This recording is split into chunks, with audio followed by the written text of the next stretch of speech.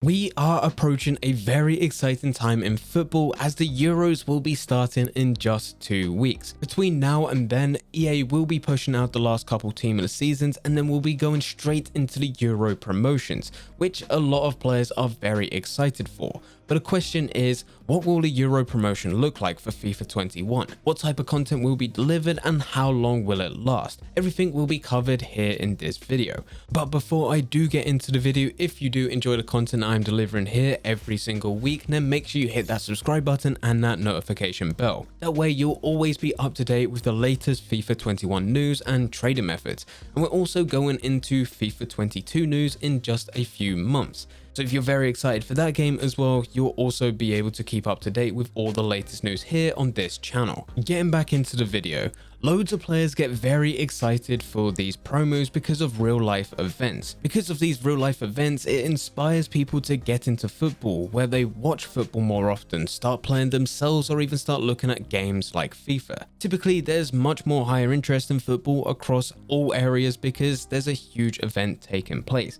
And it's going to be the exact same this time round, but with the Euros. Euros was supposed to be taking place last year, but of course, things got delayed because of a certain event that took place within the world. But we have been given the green light now for the Euros to take place in 2021. And for those interested in FIFA 21, they're curious of what's going to happen. There's been loads of players that's looked back to previous years to see what EA have done in the past. And one thing that stands out is FIFA 18, where we did get the World Cup mode when it was set back in Russia.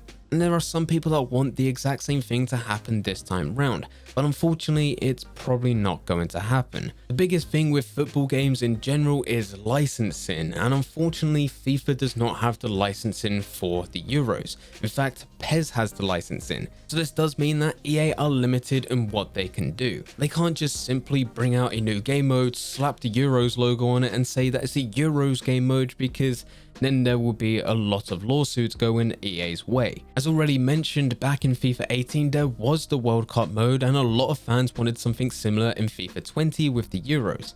And the reason that the World Cup game mode was allowed to be part of FIFA 18 was because EA did have licensing.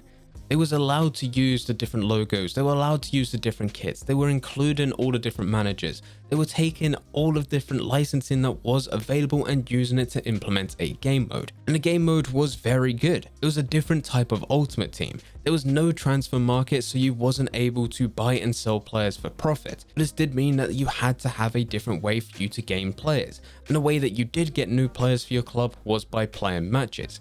At the end of every match that you played, you would be awarded a pack. You open that pack and there's a good chance that you'll get someone decent within your rewards. And if you keep on doing this after a while, eventually you'll have a very good team. Icons were also included within the previous World Cup mode, as EA still had licensing for individual players like that, so they were able to bring them over. It also goes without saying that EA did want to make profit out of this game mode, so they did give you the option to use FIFA points to open packs. Now, as said, you can go and open FIFA points for these packs, but you can't actually go and sell them on a transfer market as there is no transfer market. But you would still be able to build your team very quickly. And it should also be noted that the pack weight was a lot better, because we're obviously dealing with the World Cup, so it does mean that you're getting the best of the best players from each nation. There is also less players overall, so you do have a higher chance of getting someone that is a decent player, and because that there is no transfer market, EA tended to be a bit more generous with the pack weight because there was no coin value behind each player. It was a very fun game mode. I do like the layout of these types of game modes when they're added to Ultimate Team. And hopefully next year in 2022, when the World Cup is taking place, EA will take advantage of this by adding one of these game modes yet again. But as for this year with the Euros, because PES does have the licensing, it is way too difficult for EA to maneuver around this to push a new game mode. It would have to include a game mode based on the Euros without using the Euros logo, the Euro trophy, the stadiums, the kits, the badges, and certain players. And this may sound very small, but it does take away from the immersion of what would be a Euro-based game mode. And EA know this, so they're not really going to be bothering doing anything like what we had with the World Cup mode. But with that said, EA will still try and capitalize on the Euros. They just need to work around the licensing, and they can already do that with the licenses that they currently have. They can do special promos within the current Ultimate Team, such as IMOTM. These will be included in packs. They could also be part of SBCs, and you may even see them as part of objectives.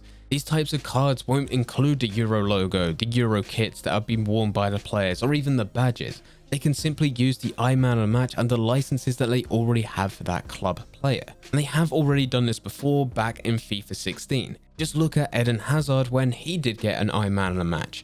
He did actually get an IMOTM and a European Team of the Tournament card that year, one being 91 rated and the other being 92 rated. But both versions of his card use the exact same picture as his default rare gold version, not something where EA are taking a picture during that match that he played in the Euros, because that would include Euro licensing, which EA don't have. You'll also see that it's the same team, same nationality, it's just different stats and a different color of card. The exact same thing will most likely happen this year round. This is an extremely easy way around licensing because they are covered by the licenses that they already have for the players within the leagues. Once you get around those licenses, which EA have done within the past, it's then just a case of it just being like any other promo added to Ultimate Team.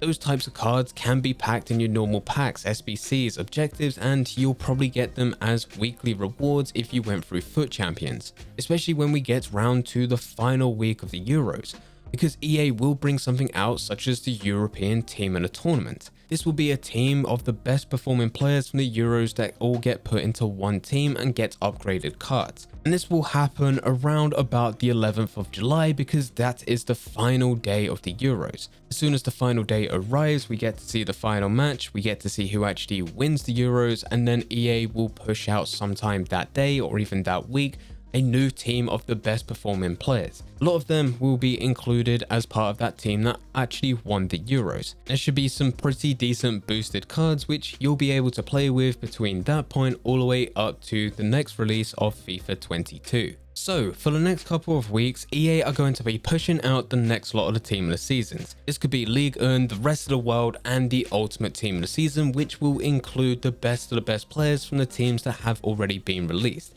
This is your Ronaldos, your Messis, your Lewandowskis, your Mbappes, all of those types of players will be included within that team, a very high 90 rated team overall. That will then lead us into the following week, which will be the Euros. Euros will be starting on the 11th of June with the kickoff between Turkey and Italy. From this game, you're most likely going to be getting IMOTM matches, either as weekly cards that are included as part of the Team of the Week released at the same time, or it could be immediately straight after these matches are played. This is yet to be seen. This will carry on going on throughout every single week, taking us all the way to the final, which is the 11th of July. Once we hit that date and we finally know who won the Euros, that's when EA will bring out a European Team of the Tournament. And just like the Ultimate Team of the Season promo included all the best players from the previous Team of the Seasons, the European Team of the Tournament will include all the best players as part of this tournament. It doesn't necessarily need to be those that helped win the tournament, but it could just be very good performing players as certain nations. Maybe certain nations got a lot further than expected, which is still a win for them despite them not actually winning the tournament. These players will be included as part of packs, so whenever you open a pack you have a chance of getting them just like any other type of special card that is available in the game, or they could be part of SBCs where you actually need to complete requirements, or you can go through objectives where you'll have to go through different challenges to win these players. And after all of this is really where the hype for FIFA 21 really starts to die down. I mean, it's been dying down for the last couple of weeks, but this is where we start to get FIFA 22 news. In fact, on July 22nd, this is where we have EA Play Live, where EA will be going through a live stream showcasing all the games that they've been working on and will be due to release over the next year or so. This will include the first reveal trailer of FIFA 22, and this is when hype will start building up and loads of news and leaks and speculation will be coming out about the next game. But anyway guys, this is what to expect with the Euros in FIFA 21. With this, unfortunately, it doesn't really compare to what we were able to get with the World Cup, and it all comes down to licensing. But there is a few ways around licensing where EA can still provide content to FIFA 21. We're also looking a bit into the future because as soon as the Euros finishes, we get straight into FIFA 22 news. If you do want all the latest news when it is revealed, then make sure you are hitting that subscribe button and that notification bell to this channel, because I will be going through absolutely everything when it is all released. But anyway guys, thank you very much for watching. I hope you guys did enjoy. If you did enjoy, don't forget to leave a like and subscribe. But for now, I'm going, so see ya.